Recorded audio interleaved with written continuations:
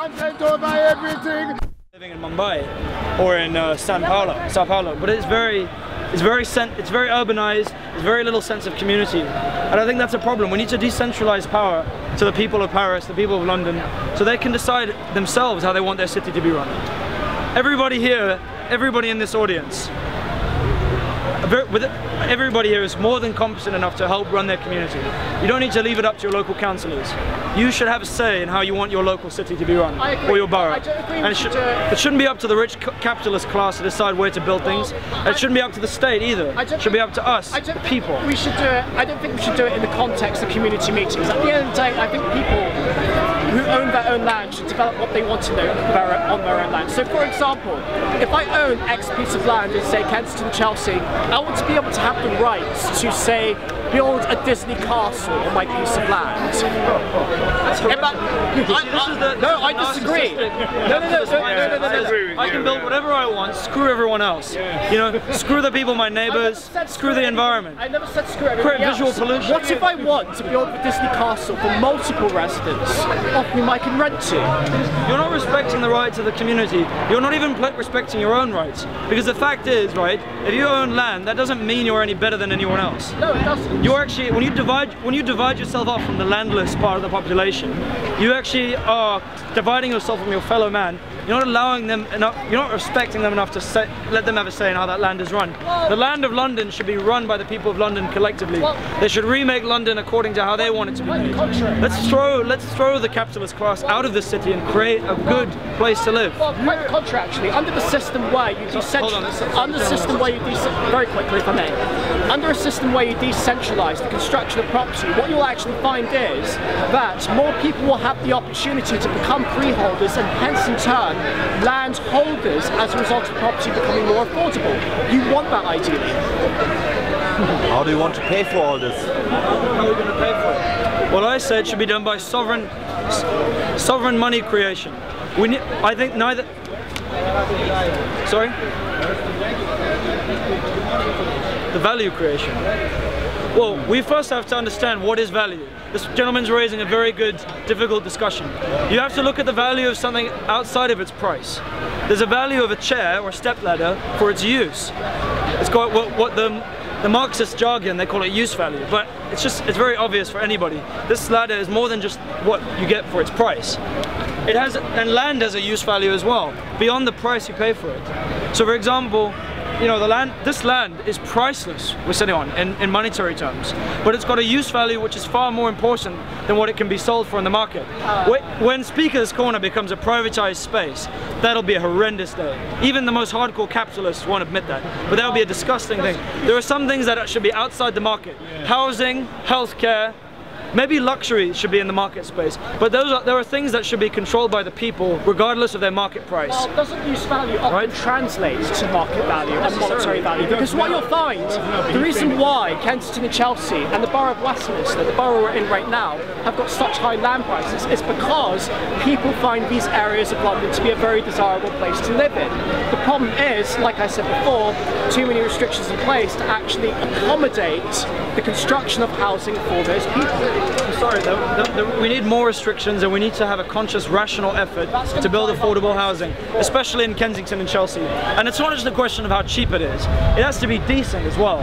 Housing has to be decent. It can't just be cheap, it has to be decent. We saw this with Grenfell, very affordable housing, but not decent. You had a council that repeatedly ignored the will of the Grenfell Action Group and the people who live there to have a decently safely. And who was Grenfell constructed by?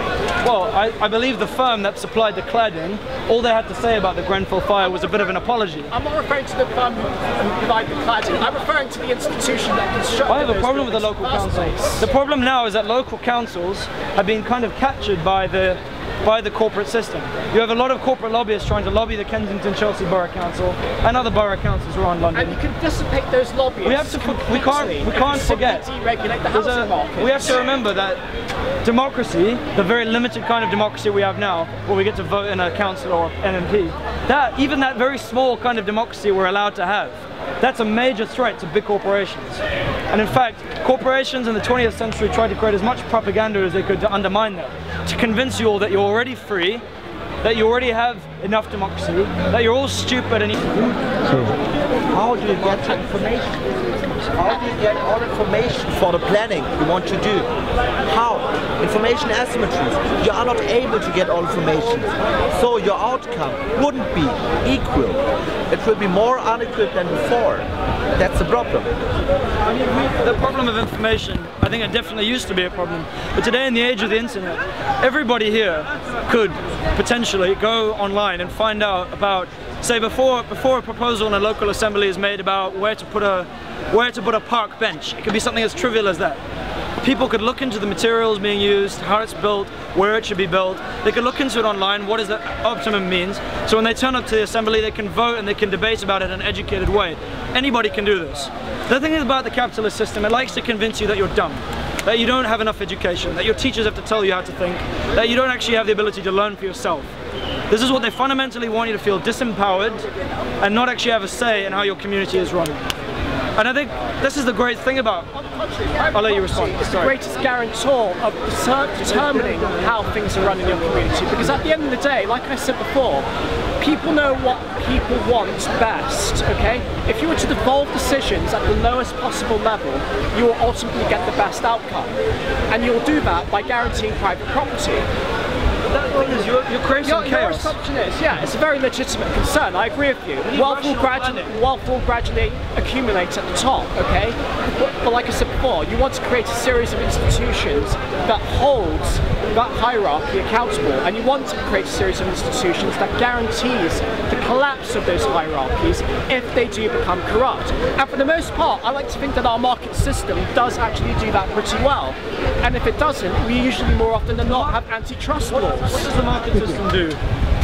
Every year it kills millions of people through lack of access to to drugs that can treat easily preventable diseases. Yeah. You have up to 6 million people dying every year. How you can address that? No, I don't think you can address that. You can address that is a direct outcome of the market system. Well, no, when you have something, it's not profitable to help poor people, starving people to get them food. If it's not profitable, you don't bother doing it. And that's the, hold on, that is the rationale of the system. But we have to remember, we don't really live under a pure, hold on, I'm responding. We don't really live under a purely rational capitalist society. We live under a state capitalist society. So if you take out your iPhone, all of this technology did not come from the marketplace. No, hold on, I'm stay on topic with regard to the pharmaceuticals, okay? Like you said before, no, let's not jump off topic here, okay?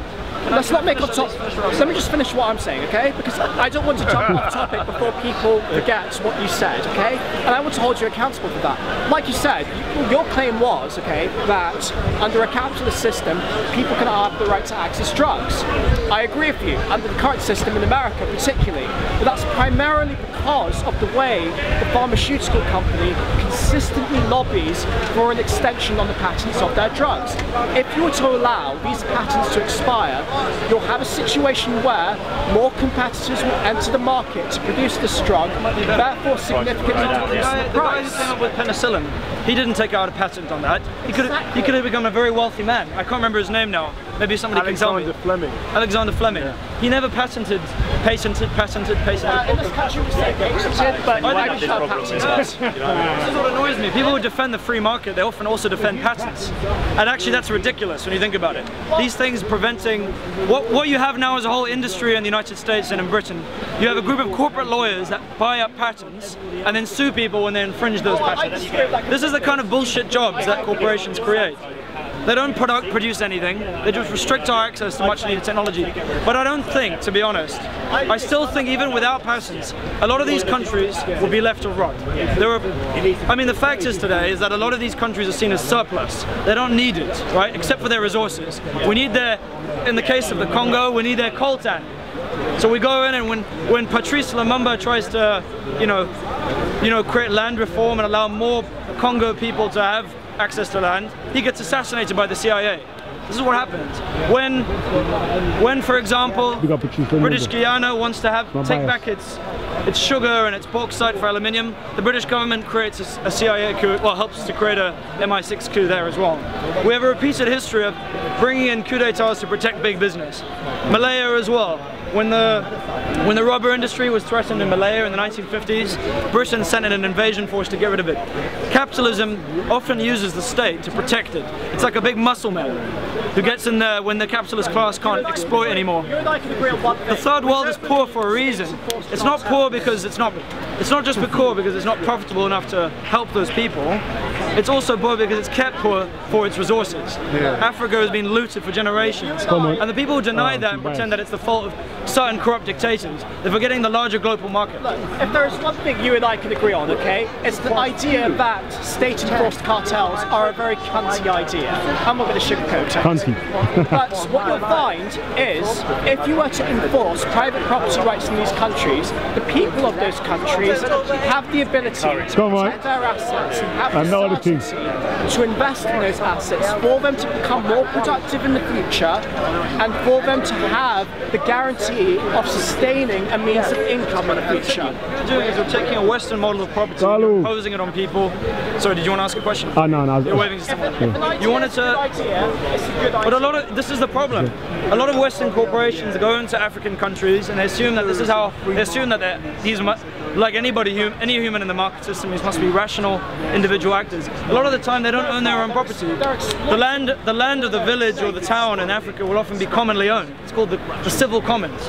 Land that's protected. And what they'll do is these corporations will bribe a corrupt chief or a headman of a village to transfer those rights over to the corporation without the will of the people. It's a terrible thing. That's the problem. We can't just assume private property is going to solve that issue.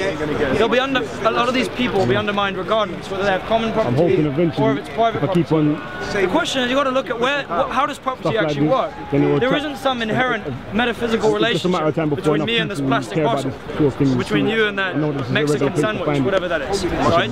The actual relationship is between you and the rest of the public, right? We all agree that it's okay for me to have this bottle, or it's okay for you to have that t-shirt.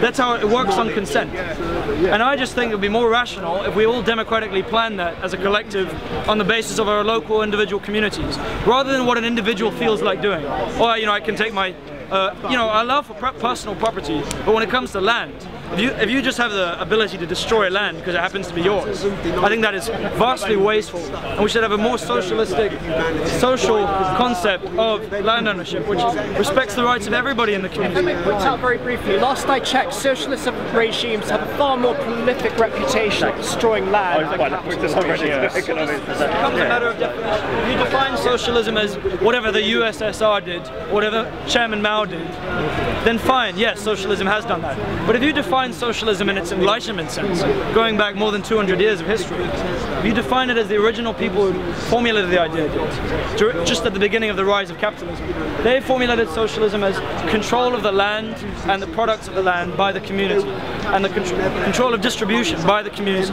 That's basic socialism. Now that can take many forms. It can be, hold on, can I finish? Not necessarily. They saw many different models. It could be syndicalist, where the workers own the railways, or the workers who run the railways should own the railways.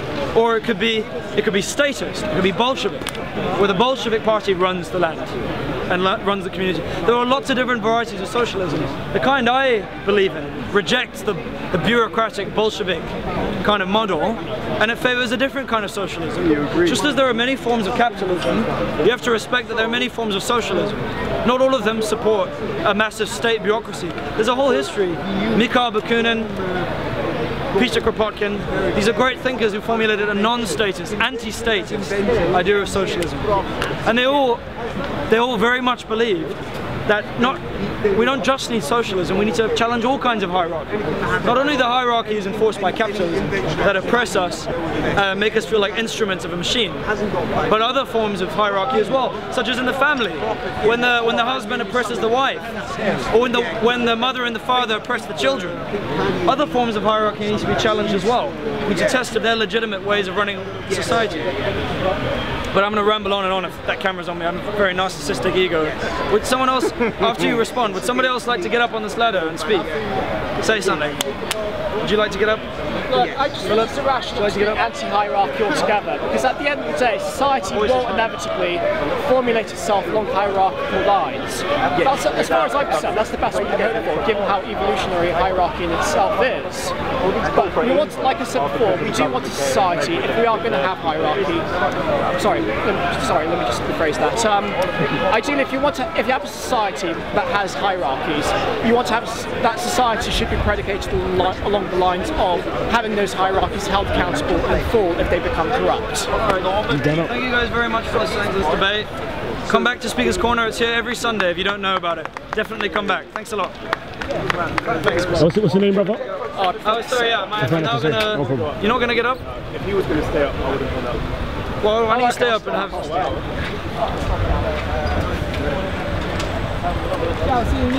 Come on. So I like this adversarial style of speaking. I wouldn't do it if it wasn't like this. So one of your points, yeah, was that the market will always come to the need if there is one. Yeah, well, let's be honest. We talked about this before in regards to, I think it was the health market. Now, if the NHS was left to market forces, and for some reason the NHS went bust, there wouldn't be an immediate safety net for those who would need medical care. And now you said eventually a new medical system or a healthcare provider would come because the market needs it, there's money. But my point was the gap between the collapse of the previous institution and the creation of a new one could be vast. And within that time, you'll have social breakdown as a guarantee. Sorry, what are you basing this off of? Now, we both know, yeah, that the Friedmanite market will provide. You know, we've seen how it's done, man. Well, we've seen the whole disaster if capitalism the thing. American example is an example of the Friedmanite mechanism in action. I'm going to strongly disagree with you there, because what you'll find in America is one of the reasons why insurance is so... I know, because of regulation, yeah. Yeah, it's primarily because of regulation, because states have agreed between each other that only certain insurance providers should be permitted to provide health insurance in those specific states. And what you have as a result is states being cut up, insurers cutting up states between one another to guarantee their own personal monopoly. Furthermore, insurers have got more of a guarantee that they're going to receive revenue from selling insurance packages as a result of the affordable health care has not exactly proven to be affordable, because it's facilitated a situation where it is illegal, it is compulsory to buy healthcare in the United States regardless of your income bracket. And if you refuse to purchase income in the United States, you'll be fined very heavily by the IRS, which I think we can all agree is not very ideal. Ideally, you want a situation where insurers can compete across state lines to actually be able to lower the cost of insurance adequately enough to guarantee that everybody has the ability to purchase cheap, high-quality healthcare. Now, your point would be valid if all industries were alike, and if for some reason regulation is always the cause of a market depression. It's not, though. Market depressions happen for a number of reasons that any economist wouldn't be able to tell you, but there's not one reason. Now, regulation may be a reason in some cases. Now, in the cases where regulation isn't the reason, markets will depress and inflate for an infinite number of reasons. No, hold on, because you're making a point about regulation. In the healthcare industry, it may be the case, I'm not sure. But we both know, as someone who knows economics, that there's been examples of when a particular market has crashed and it wasn't because of state regulation. It could have been because of inflation, it could have been overconsumption, maybe a drop in consumption. But whatever, let me just... speculation. I agree, could be that. Let me just finish the point. Yeah. So my point isn't about the reason. It will happen. That's all we know. Markets change. They're never steady. They're never steady. So yeah, I know. If you're referring to agriculture, yes, I agree with you. That's the reason why we subsidise agriculture in most developed countries. Sure. Okay. Now my point is that if you took your opinion is to take away the regulation so that it all falls in place and the market provides.